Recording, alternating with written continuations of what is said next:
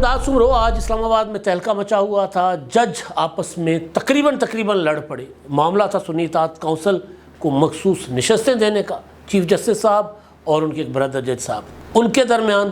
سخت جملوں کا یا نامناسب جملوں کا تبادلہ ہوا آپس میں، لیکن بہرحال سماعت ہوتی رہی اور سماعت ملتوی بھی ہو گئی۔ دوسرا، عمران ریاض خان صاحب کو روک دیا گیا باہر جانے سے، کیوں روکا گیا ہے، کہاں جانا چاہ رہے تھے، اور پھر سائفر عدت میں نکاح اور پی ٹی آئی کا جو دفتر ہے اس کو سیل کرنے کا مقدمہ، اور بھی کئی مقدمات، اسلام آباد، لاہور، اسلام آباد سے باہر، سرگودا، مطلب کوئی ایسی عدالت نہیں پاکستان کی جہاں پر پی ٹی آئی سے متعلق، عمران خان سے متعلق کوئی مقدمہ نہ چل رہا ہو۔ یعنی سسٹم پورا کا پورا یوں لگ رہا ہے، عدالتی سسٹم جیسے یرغمال ہے عمران خان کے یا پی ٹی آئی کے مقدمات میں۔ اب کس نے سسٹم کو یرغمال کیا ہوا ہے، اور یہ کون شاطر اور سیانے ہیں جو یہ کھیل کھیل رہے ہیں؟ یوں لگ رہا ہے کہ جیسے عمران خان سے جان چھڑانے کی کوشش میں وہ عمران خان صاحب کو ہر ٹائم انہوں نے ٹی وی اسکرین پر رکھا ہوا ہے، ہر وقت TV screen, social media پر۔ آپ کوئی دن ایسا نہیں ہے جس دن آپ کو یہ نہیں ملے گی خبر کہ جی پی ٹی آئی کے فلاں مقدمات، عمران خان کا فلاں مقدمہ۔ تو اب یہ جو کرنے والے ہیں کمال ہی کرتے ہیں، بہرحال وہ کمال کرتے رہیں گے، لیکن اس کے ساتھ ساتھ جو آج ان معاملات کے ساتھ ساتھ دو اور چیزیں ہیں۔ ایک تو حادثہ سانحہ چند دن پہلے سرگودا میں ہوا، انتہا پسندوں نے مذہب کی آڑ میں حملہ کر دیا تھا، ایک ہمارے عیسائی بھائی کو زخمی کر دیا تھا، تو وہ جو ہے وہ ہلاک ہو گیا، جاں بحق ہو گیا ہوا ہے۔ اور ایک اور چیز آج جو خبر آئی ہے وہ یہ ہے کہ جی بلوچستان کے وزیر اعلیٰ اپنا سینیٹر سرفراز بگٹی صاحب جو ہے وہ اسلام آباد جا رہے تھے، اور راستے میں ان کے جو جہاز کا انجن، اس کو آگ لگی ایک انجن کو، لیکن بڑا حادثہ نہیں ہوا۔ جو کیپٹن تھا جہاز کا، جو پائلٹ تھا، اس نے جو ہے وہ جہاز کو بحفاظت اتار لیا۔ وزیر اعلیٰ سینیٹر سرفراز بگٹی، ان کے ہمراہ جو دیگر اپنا اسٹاف کا عملہ تھا، جہاز کا عملہ تھا، وہ سب رہے محفوظ۔ 2 روز پہلے اسی طرح کا حادثہ جو ہے وہ 1-2 روز پہلے اپنا ہنگامی لینڈنگ کی تھی ایک جہاز نے، جس میں گورنر سندھ جو ہے وہ کامران ٹسوری صاحب وہ اس میں سوار تھے۔ تو بہرحال یہ اللہ نے محفوظ رکھا سینیٹر سرفراز بگٹی صاحب کو۔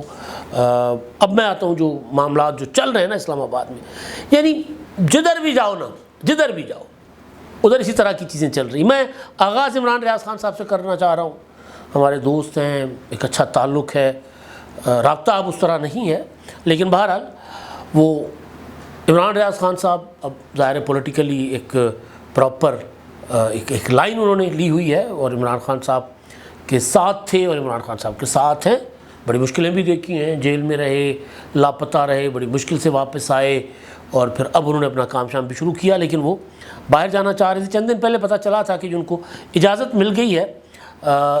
وہ حج پر جانا چاہ رہے ہیں۔ تو آج جب میں صبح اٹھا تو پتہ چلا کہ ایک ویڈیو سامنے آئی، اس میں عمران ریاض خان صاحب جو ہیں وہ امیگریشن والوں کے ساتھ یا جو اسلام ایف آئی اے والوں کے ساتھ کاؤنٹر پر، ایئرپورٹ پر ان سے آرگومنٹ کر رہے ہیں، ان سے پوچھ رہے ہیں کہ جی بتائیں نا میرا نام، وہ بتا رہے ہیں کہ جی آپ کا نام ایگزٹ کنٹرول لسٹ میں بھی ہے، اسٹاپ لسٹ میں بھی ہے، یہ بھی ہے، وہ بھی ہے۔ تو بہرحال اس ویڈیو میں وہ ان سے پوچھ رہے ہیں کہ جی میں نے میرا تو اپنا اسلام آباد ہائی کورٹ نے آرڈر جاری کیا تھا نام میرا نکالنے سے، تو انہوں نے کہا کہ جی آپ فلاں جگہ پر جا کر نا اس معاملے پر بات کر لیں، لیکن بہرحال نہیں ان کو جانے دیا گیا۔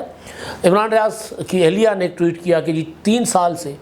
ہم کوشش کر رہے ہیں حج پر جانے کی، لیکن ہم کامیاب نہیں ہو رہے۔ تو اس پر عمران ریاض نے ٹویٹ کیا کہ دل چھوٹا مت کرنا، دل مت چھوڑنا، ہم جائیں گے۔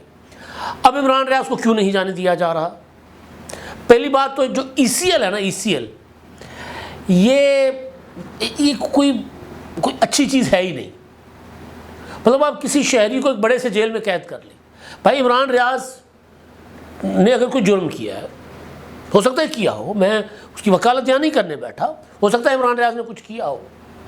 تو سزا دے دیں بھائی، فیصلہ کر لیں۔ یہ نہیں کہ آپ شہریوں کو آزاد چھوڑ دیں اور وہ باہر چلے جائیں۔ یہ بھی ہے کہ جس طرح اپنا شہباز گل صاحب حکومت ختم ہونے کے بعد گرفتار ہوئے، پھر باہر آئے، انہوں نے بھی ای سی ایل سے نام نکلوایا اسی طرح کسی عدالت سے، اور اسلام آباد ہائی کورٹ ہی تھی، اور وہاں سے نام نکلوا کر انہوں نے کہا کہ جی میں عید کرنے اپنے بچوں کے ساتھ امریکہ جا رہا ہوں.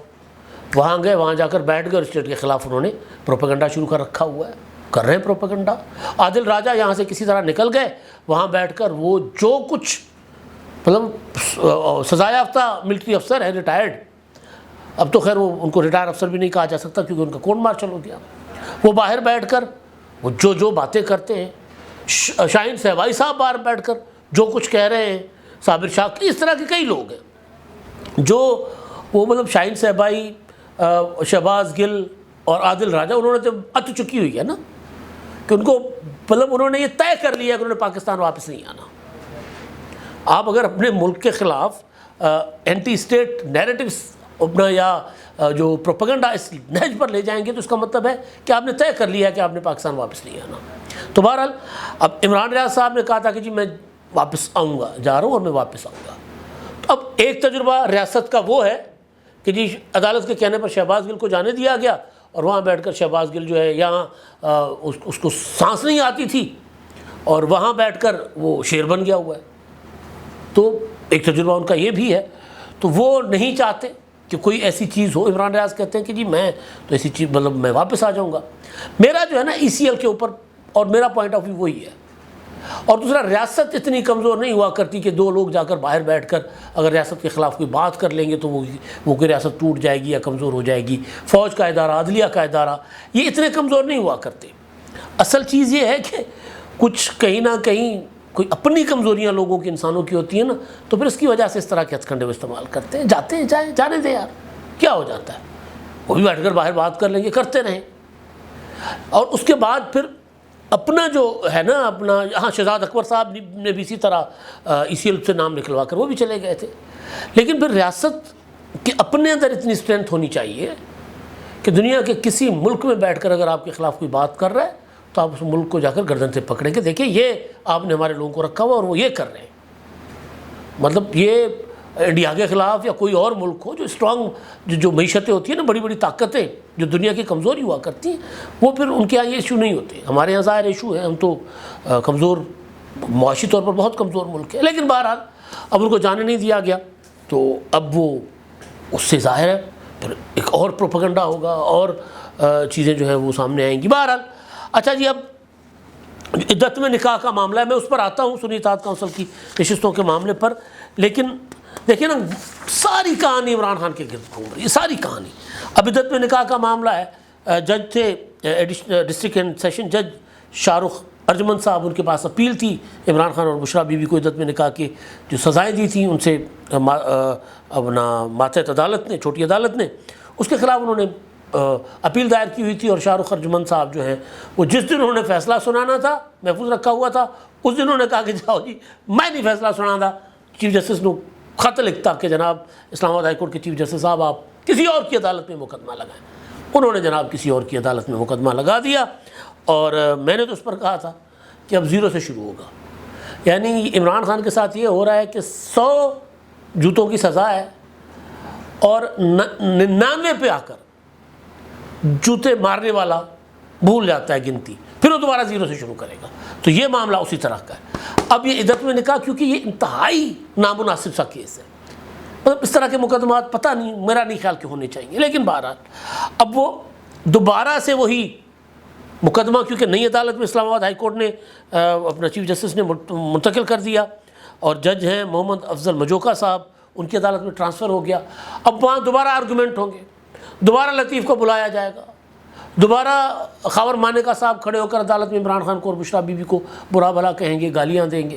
تو دوبارہ نیا تماشا لگے گا. تو یہ مطلب اس سے بہتر تھا کہ اگر وہ جو جج صاحب تھے نا ارجمن صاحب, بہتر تھا اس سے کہ سزا برقرار رکھ لیتے, پھر معاملہ اسلام آباد ہائی کورٹ میں جاتا. اب دوبارہ یہ سارا کچھ دوبارہ 0 سے دوبارہ شروع ہوگا. تو یہ معاملہ بھی عمران خان کے متعلق اور جناب PTI کے دفتر کو سیل کر لیا تھا CDA نے, وہ معاملہ اسلام آباد ہائی کورٹ میں تھا جسٹس سمن رفت امتیاز صاحبہ کے پاس, اور وہاں پر جو ہے وہ عمر ایوب صاحب گئے ہوئے تھے. اس کی جب تک میں ولاگ کر رہا ہوں تب تک فیصلہ نہیں آیا تھا, فیصلہ محفوظ کر لیا گیا تھا. اس میں بھی نظر آ رہا تھا کہ PTI جو سوال پوچھ رہے تھے نا, میرا بولدہ میرا بولدانہ وکیل چندرا، اگلی لائن میں نہیں بول رہا، تو کچھ اس طرح کا معاملہ تھا، میرا بولے نا وکیل چندرا میرا خیال ہے، تو وہ اس طرح کا معاملہ نظر آ رہا تھا۔ تو لگ یہ رہا ہے کہ پی ٹی آئی کو دفتر جو انہوں نے کرائے پر لیا تھا یا جس مقصد ورجہ وہ زمین خریدی تھی، جو بھی ایک مختلف جو چیزیں ہیں اس میں سوال یہ تھا کہ جی کیا یہ لکھا ہوا ہے سی ڈی اے کے بائی لاز میں کہ جی اگر کوئی آپ کرائے پر مکان لیتے ہیں یا کوئی کمرشل ایریا میں کوئی پلاٹ یا زمین خریدتے ہیں تو اس میں بتانا پڑے گا کہ کس مقصد کے لیے استعمال ہو رہی ہے، تو یہ سوال ہو رہے تھے۔ تو بہرحال اسے لگ رہا ہے کہ جناب ان کو نا یہاں سے بھی پی ٹی آئی کو ریلیف مل جائے گا، لیکن کہانی یہ ہے کہ کھیل سارا عمران خان کے گرد گھوم رہا ہے۔ اب مجھے یہ بتائیں نا کہ یہ جو کچھ کر رہے ہیں، جو عمران خان کو چاہتے ہیں کہ عمران خان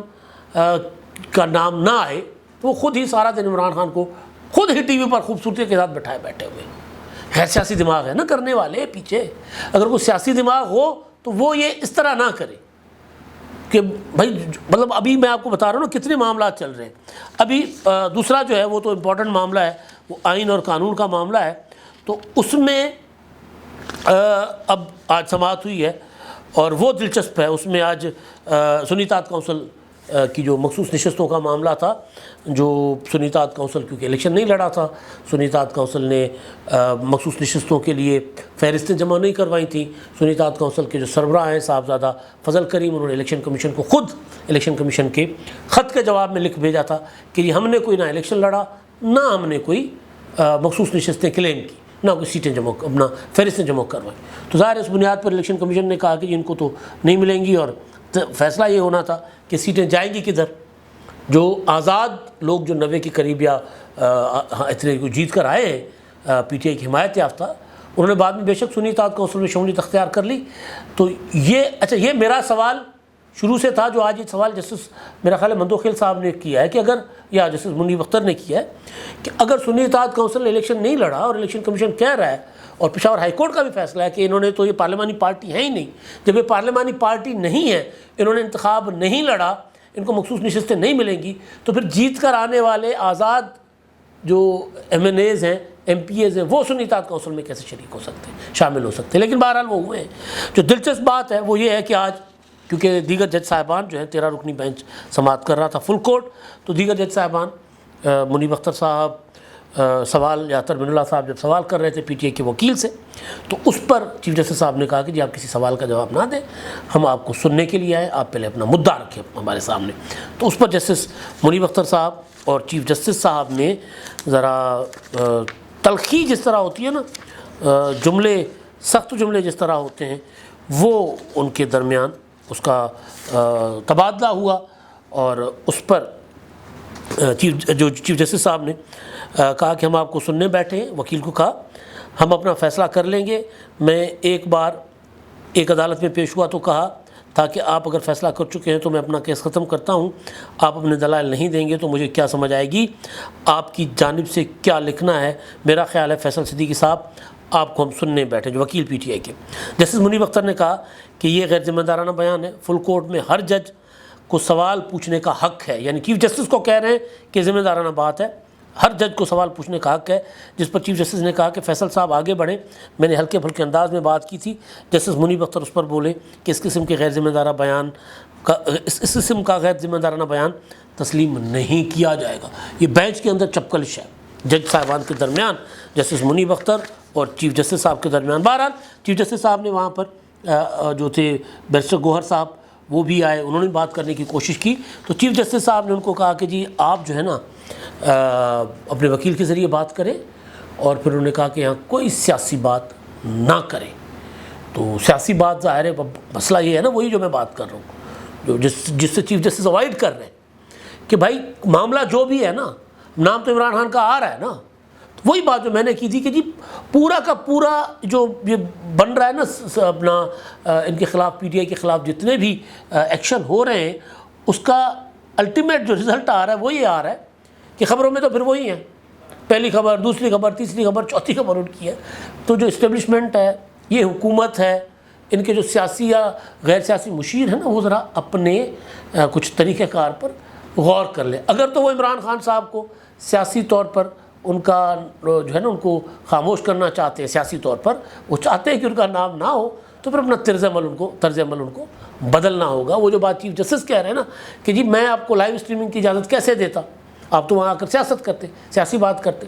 تو وہ تو بالکل چیف جسٹس صاحب ٹھیک کہہ رہے ہیں۔ یا یہ کہ مقدمہ آئینی ہے، قانونی ہے، اور پہلی بار یہ صورتحال پیدا ہوئی ہے، تو اس میں راستہ کیا نکلے گا، جو مخصوص نشستیں اضافی ہیں وہ کس کو ملیں گی، اس پر تو ظاہر فیصلہ ہونا ہے۔ کل تک سماعت ملتوی ہو گئی ہے، کل پھر لائیو ہوگی، لیکن سیاسی بات، وہ کہہ رہے ہیں سیاسی بات نہیں کرنی، لیکن مسئلہ یہ ہے کہ مقدمہ کسی بھی نوعیت کا ہو تو سامنے تو ایک سیاسی جو پارٹی ہے نا جو ابھی تک سیاست نہیں کر رہی، لیکن بہرحال ان کو ان کے مد مقابل جو سیاسی قوتیں ہیں یا کوئی اور ہیں، ان کے اوپر کم از کم پروپیگنڈا کی حد تک، کم از کم میڈیا میں چھائے رہنے کی حد تک فوقیت حاصل ہے۔ اب تک کے لیے اتنا ہی، اللہ حافظ۔